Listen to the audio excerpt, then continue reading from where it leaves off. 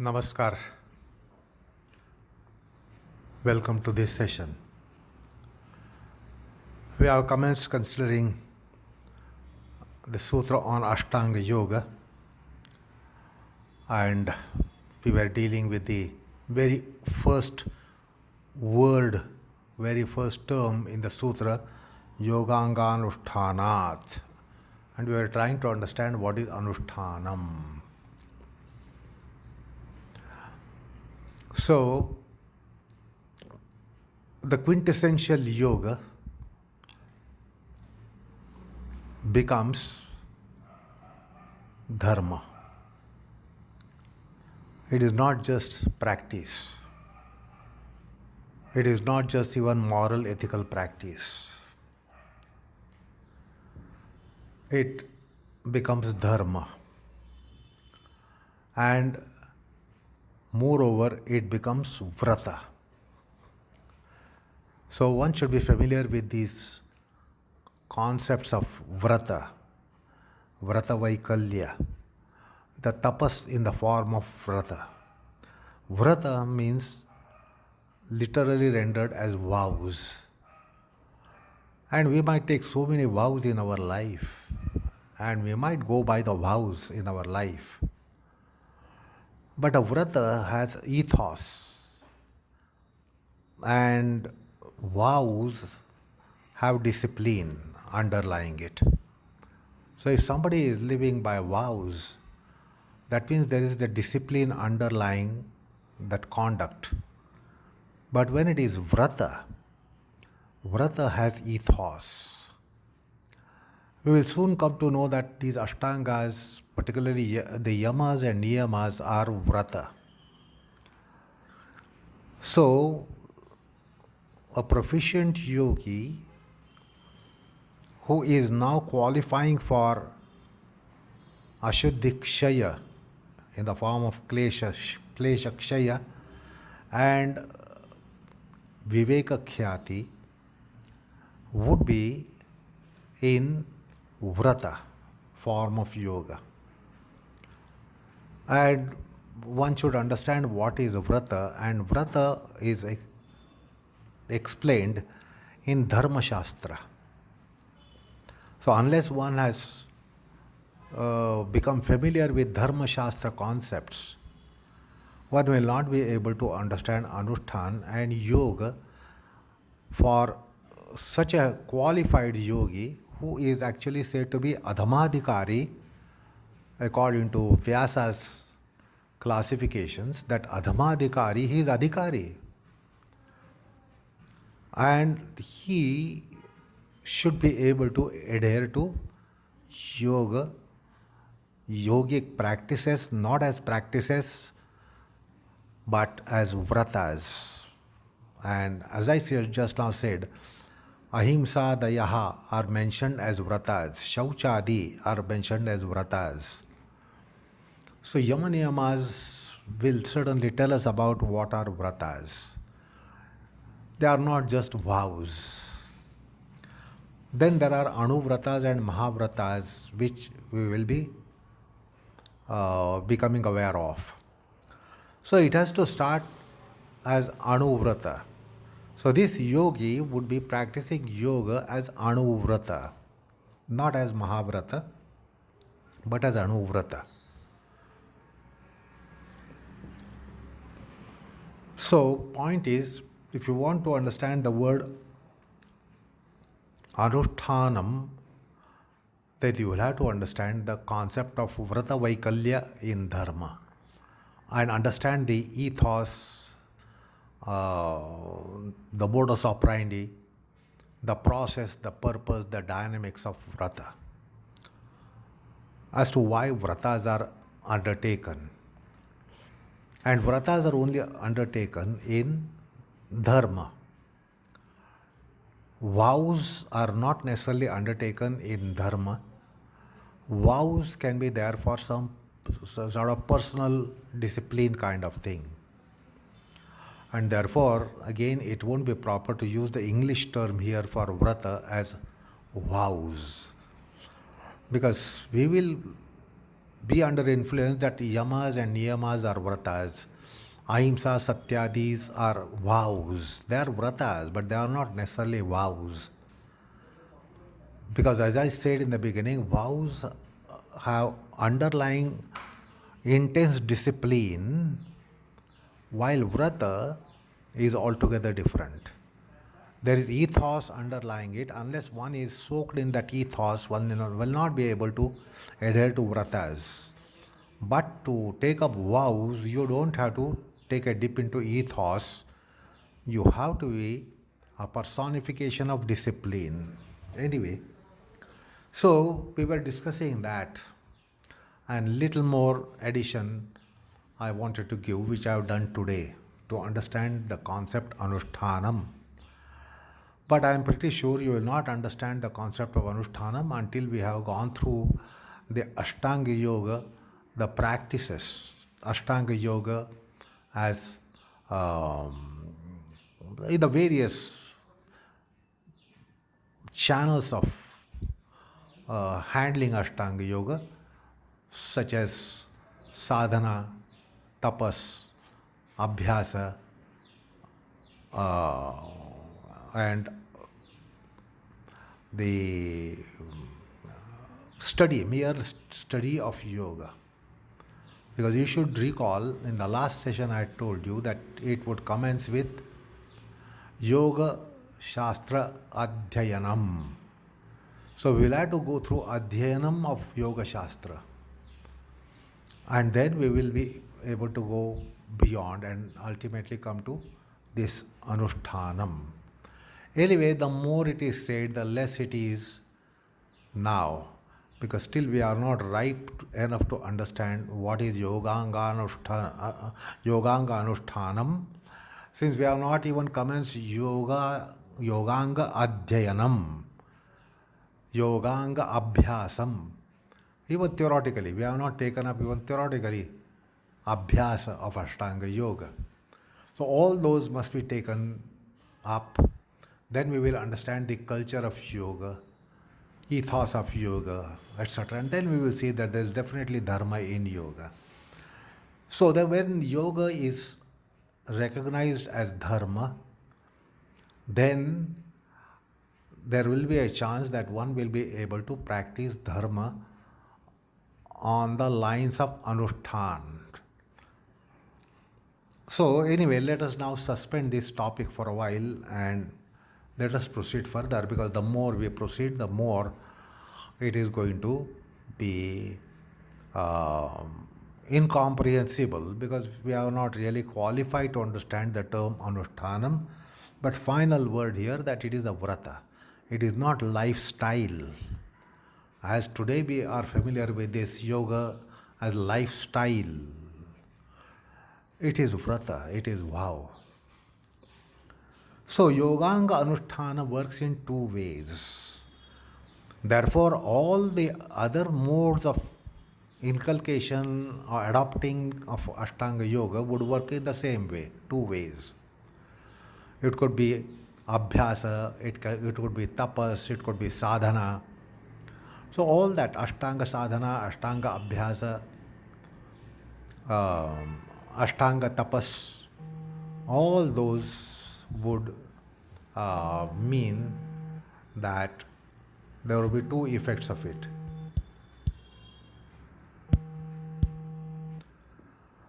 What are those two effects? Ashuddhikshaya is the first one. And the other one is Jnana Deeptihi, effulgence of knowledge. The knowledge is always illumination. Knowledge always illuminates the psyche consciousness. When it is not illumined, then we are in dark zone and we have that darkness. And that's why Ajnana is always referred to as darkness. And Jnana is always referred to as effulgence, brightness. So, Ajnanam Dhakkara and Jnana Prakasha. Jnana illumines our psyche, consciousness, mind matter. And ignorance darkens our mind stuff. So ajnana is of the nature of darkness. It is internal darkness. And the jnana, the knowledge, the wisdom is of the nature of illumination within. That's why called jnana prakasha. So the jnana shakti evolves, and the jnana shakti evolves by creating illumination in the mind psyche consciousness. And then acme of that is called viveka khyati. And acme of purification is klesha kshaya, klesha nasha. But before such mega purification, there are so many other steps to be taken for purification. Many things have to get purified before the ultimate level of purification, which is called karmanasha. So also, knowledge has to come in various ways and various forms and various degrees and on various planes before the ultimate plane is struck. Pinnacle point is reached, and that pinnacle point is viveka khyati. And before viveka khyati, there are so many levels of jnana that one has to attain. Because viveka khyati is pinnacle point. So if it is even a yoga abhyas or maybe even just dabbling with Ashtanga Yoga, trying, attempting, etc., even that would work in some way, some kind of ashuddhi kshaya, the grosser one, that would be definitely tackled. And even jnana dipti, the wick of knowledge, the flame of knowledge would be brightened. So, in any case, even at our level, when we really take up Ashtanga Yoga, this is going to happen. So that is what the sutra is telling us.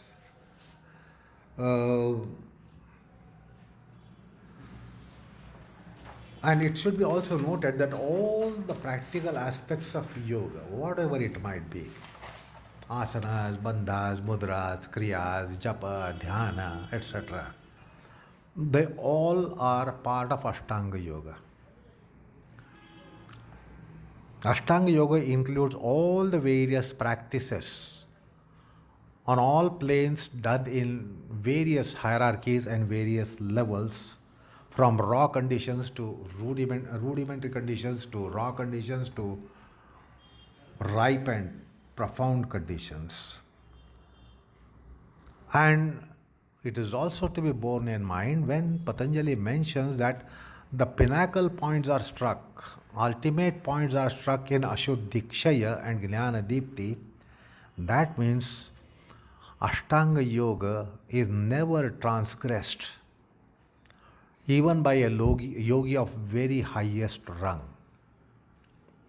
It is not that Ashtanga Yoga is a preliminary course, since it is mentioned for Adhama dhikari, and then we have Madhyama dhikari who practices Kriya Yoga, we have Uttama dhikari who practices Abhyasa Vairagya for Samprajnata Samadhi.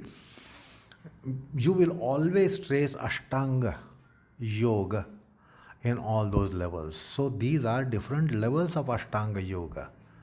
One that is of Adhamadhikari, as the formal science officially says. The Kriya Yoga is also a version of Ashtanga Yoga, and the Samprajnat Asamprajnat Yoga or Samadhi Yoga of the Samadhi Pada is also another version of Ashtanga Yoga. Because Ashtanga Yoga, as promised in the sutra, gives that pinnacle point in neutralization or destruction of impurities, and also attaining the pinnacle point in jnana, Jnana Deepti, which is Viveka Khyati. So this is another technical aspect to be noted. It is not that Ashtanga Yoga is mentioned in the Sutra 28 and earlier part of practices which were mentioned, Abhyasa Sadhana, Vairagya Sadhana, Kriya Yoga Sadhana, that all those are not Ashtanga. This is not right. This would be improper. So Ashtanga Yoga in some form or the other remains, since it can bestow the ultimate fructification of yoga, which is Klesha Kshaya and Jnana Dipti in the form of Viveka Khyati. So this is also a point to be noted, not to mistake that this is Ashtanga Yoga mentioned in the Sutra 28 of Sadhana Pada, and then Kriya Yoga mentioned at the beginning of the second chapter is Tri-anga Yoga, because there are only 3 angas. Now that is not expressed in Sutra. It doesn't say Tri-anga Kriya Yoga. Tapas, Swadhyaya, Ishwar Pranidhan are counted as 3, but yet nowhere in a formal document of yoga, official documents of yoga, there is nowhere mention of Tri-anga Yoga. That is 3-limbed yoga. It is not 3-limbed. So also the Samadhi Pada, which is mentioning Abhyasa Vairagya Yoga, is not Dwi-anga Yoga. So it is nothing like 2-limbed yoga of the Uttamadhikari and the 3-limbed yoga of Madhyamadhikari and Ashtanga Yoga of Adhamadhikari.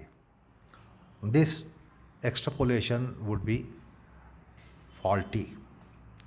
Point is, Ashtanga Yoga is never transgressed.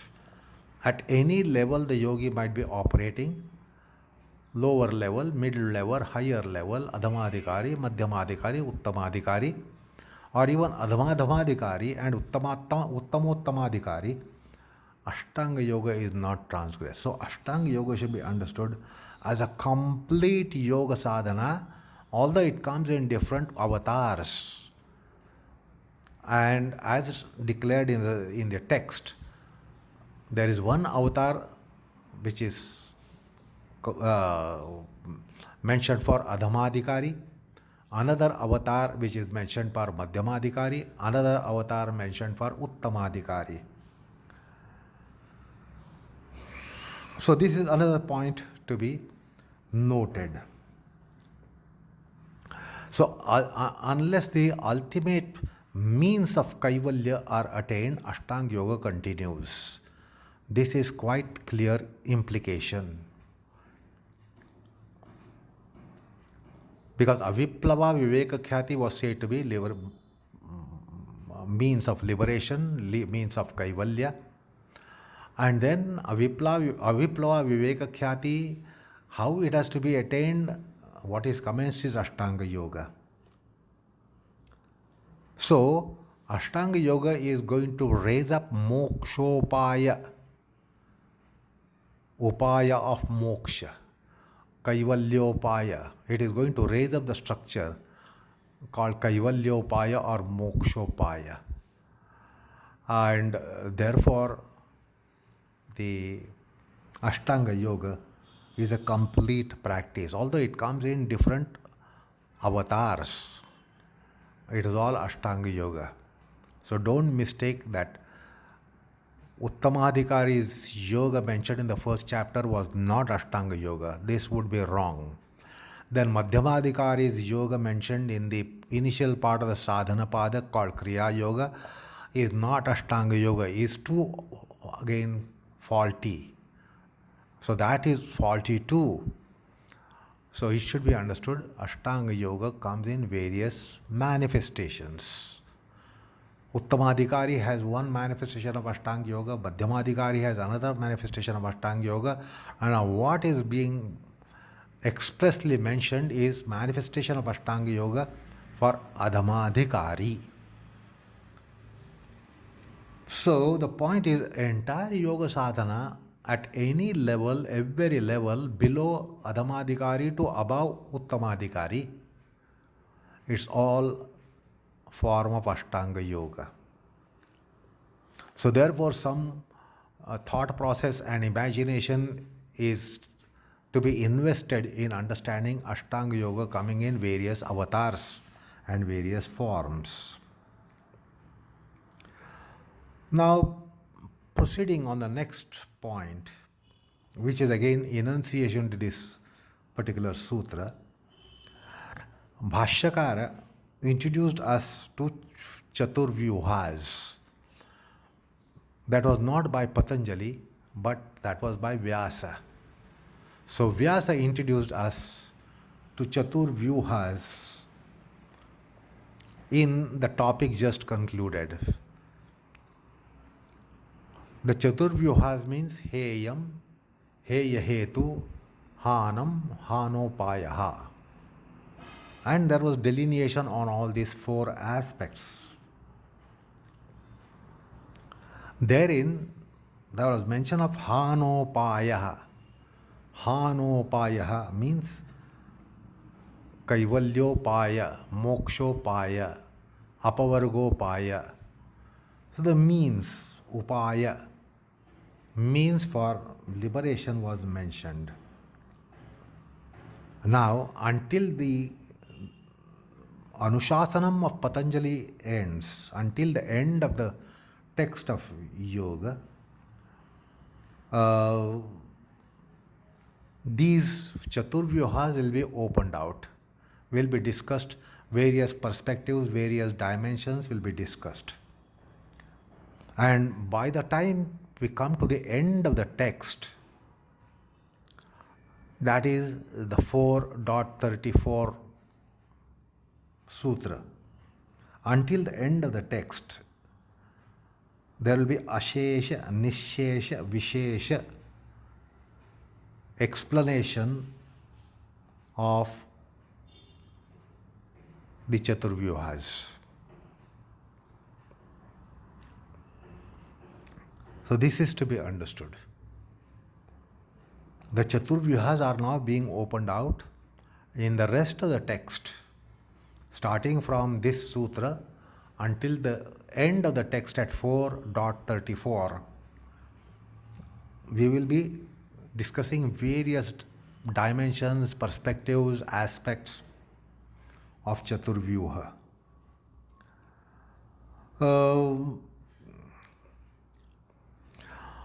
And it will be describing the entire path of nopayah, the Kaivalya marga, moksha marga, the entire path of it will be described right from the landmarks at the commencement of the journey to all the landmarks until the culminative point of the journey is reached.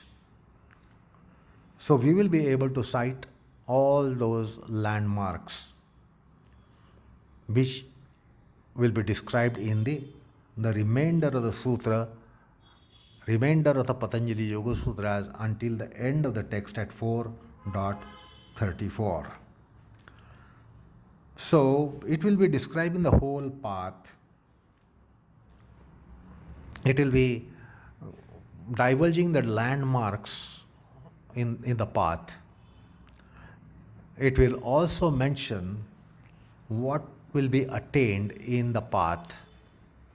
It will also mention as to what obstacles will be confronted in the path, where one needs to take precautions, and how the transition takes place in chitta dharma, chitta samskruti, how the chitta evolves, and how the aspects of chitta, the factors of chitta such as vasana, kama, ajnana, which are obstacles, which come as obstacles, in what way they come in and in what way to be tackling them.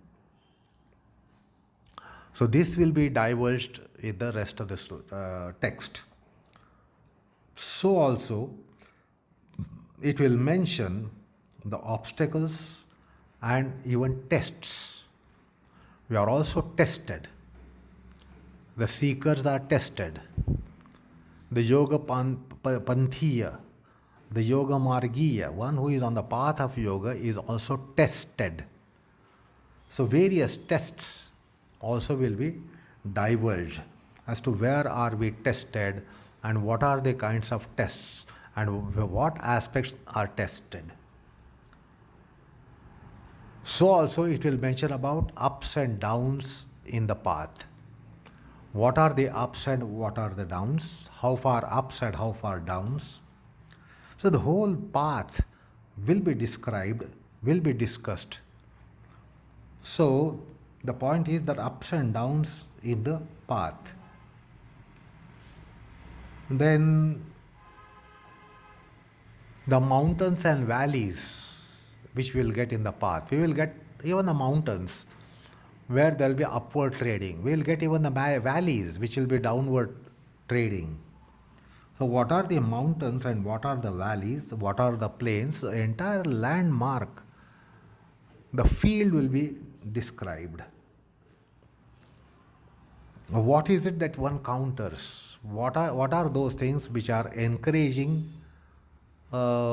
encounters, and what are those which are discouraging encounters, or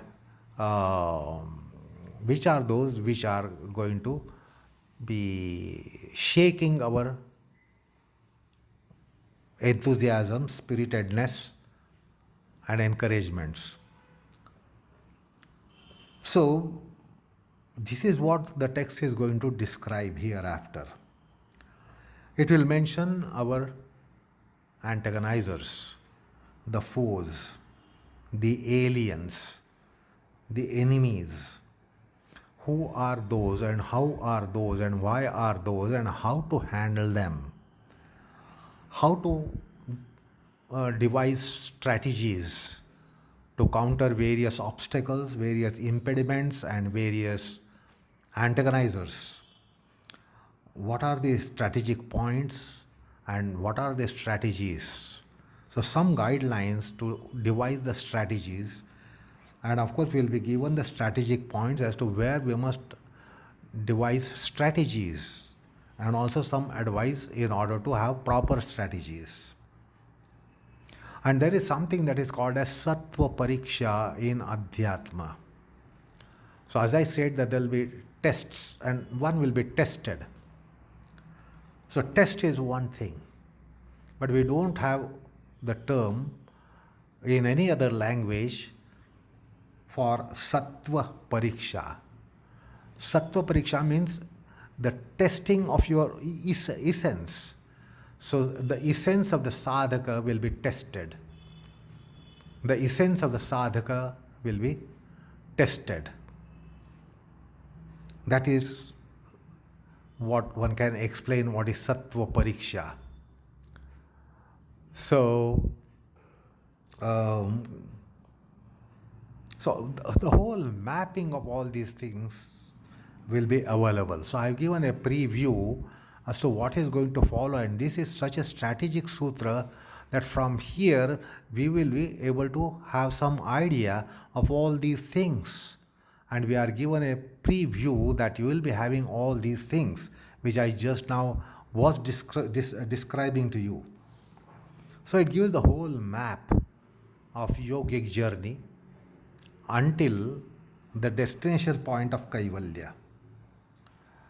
So clues will be given and instructions will be given, guidelines will be given. So that's why what is going to follow. That means in a way this is a top of the text, apex point of the text. So from this apex point we are able to have a view of all that has gone by so far and all that is going to come hereafter.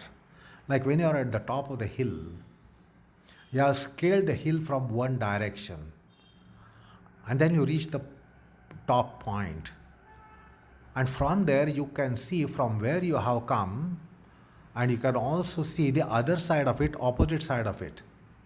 If you have scaled the hill from east, getting at the top of it, you can see also what is in the west. Not only what is in the west, but what is in the south and north. What is in all 365 degrees, 360 degrees. So you will be able to have vision of all 360 degrees once you are at the top. So in one way, this is Meru Mani, figuratively described in the Sanskrit literature. Meru Mani means the pendant of a chain. So this is a pinnacle point, and from the pinnacle point of the text, we will be able to cite all that from where we have come here and all that lies ahead of us. So it will give complete a preview. So in that sense, this sutra takes a very important place. So 2.28. So 2.28 means, if you sum up 51 plus 28 sutras we have gone through so far. So 51 plus 28. So 51 plus 10, 61, another 10, 71, another 10, 81, and then we are at the 89th sutra. 89th sutra. So in one sense, we are at the middle of the text. We are at the middle of the text. And that's why it is called Meru Mani. So it will be giving us the view of all that is lying ahead of us. And it also gives view, of course, of from where we have come to this point. So in that sense, this 2.28 comes in a sense at the middle of the text. So as I just now computed, we have gone through 79 sutras, and yet to go are 87 sutras. So see how this is closer to midpoint. 79 gone through, 87 to go through. So 79 and 87. So this is close to middle point. 87 is otherwise the middle point. And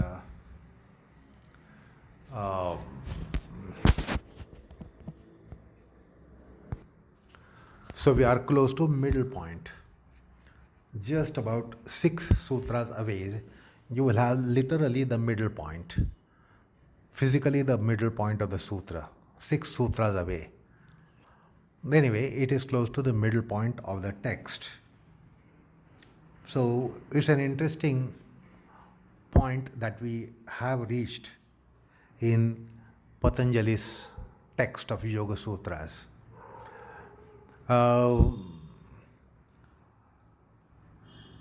In all, secondly, what I should be telling you here is that the entire yoga sadhana, the entire pranali of yoga sadhana is for viveka, is for jnana.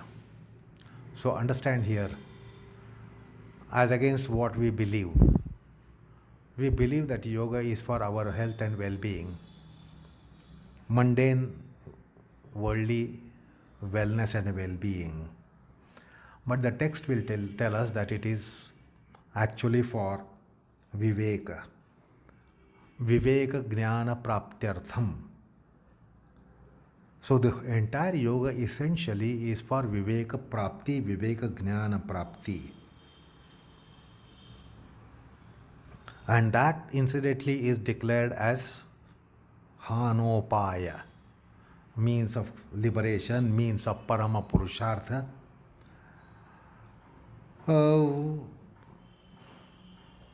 And about this, there can be no argument. Now, usually, generally, all those various shastras, such as Nyaya Shastra, Sankhya Shastra, Vedanta Shastra, these shastras, there The Jnana Prapti is by Shravana Manana. The Jnanotpatti comes in, say, theoretical Sankhya, theoretical Vedanta. It is all theory, discussion, knowledge, verbal knowledge, called Shabdik Tatvik Jnana.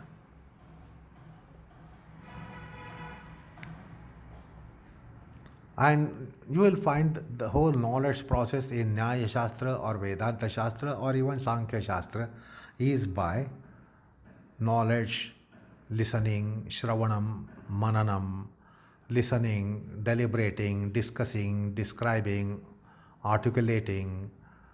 So it's all knowledge process that way. And yoga stands out. It is because of the Ashtanga Sutra. Because it mentions something which is not just pursuit of knowledge academically. Because any Shastra can be academically pursued, and it more often happens in the field of Neo Vedanta, Neo Sankhya, or Neo Nyaya. It is just thought process, hair splitting arguments, and brain spinning thought process. But in Ashtanga Yoga Sutra, you will come across that what is called as ethico-religious practices comes in here. So the jnana depends upon certain practices. And these practices, you will realize, are kaya, vacha, manasa.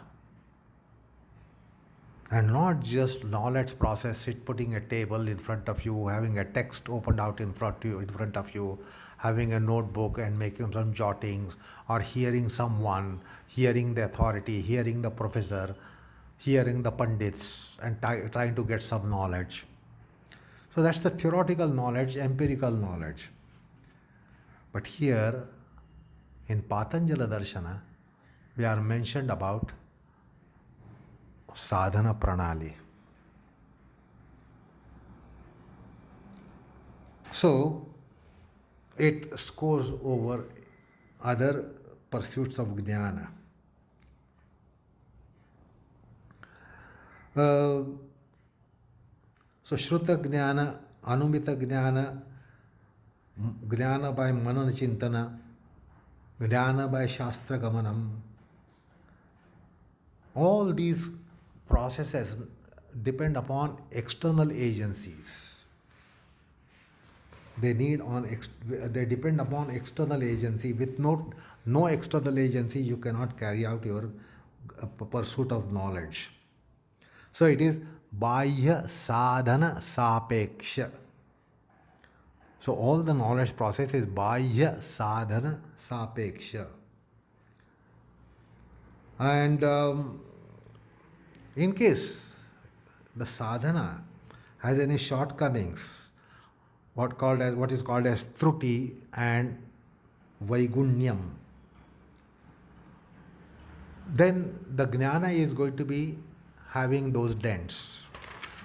That means what one practices is absolutely irrelevant to the knowledge that one gains, then the knowledge is also tainted. So therefore, yoga takes a unique care here by providing something whereby such deficiencies, faults will be handled, tackled, and countered. So it will be interesting to understand how the jnana prakriya takes place in Ashtanga Pranali, in Ashtanga Yoga. How is the knowledge structured is something that is to be imagined and thought over and conceived. So, because it offers something practically. theoretical knowledge plus practical knowledge. There is the blend of it. There is interwoven condition of the two. So therefore it stands out. The knowledge process structured by yoga definitely stands out. We have lost the Jnana sadhana in our classical times. Now we do not have Jnana sadhana. We do not have that sadhana which Jnana Yoga mentions, Karma Yoga mentions, Bhakti Yoga mentions. So we don't have much of sadhanas there in our times. In classical times it was there. Therefore they were all called Jnana Yoga sadhana, Karma Yoga sadhana, Bhakti Yoga sadhana. The yoga is the one which gives faultless practices, accomplishing practices. And that is why these suffixes came later, like Jnana, Jnana Marga, Jnana Sadhana, Jnana Yoga. Karma, Karma Marga, Karma Sadhana, Karma Yoga. Bhakti, Bhakti Sadhana, Bhakti Marga, and Bhakti Yoga. So yoga has this magic, and that's why in classical times we had all this in 4 paths: Jnana, Dhyana, Karma, Bhakti. The yoga came in, and this is what is the yoga contribution of yoga is for faultless and accomplishing knowledge structure.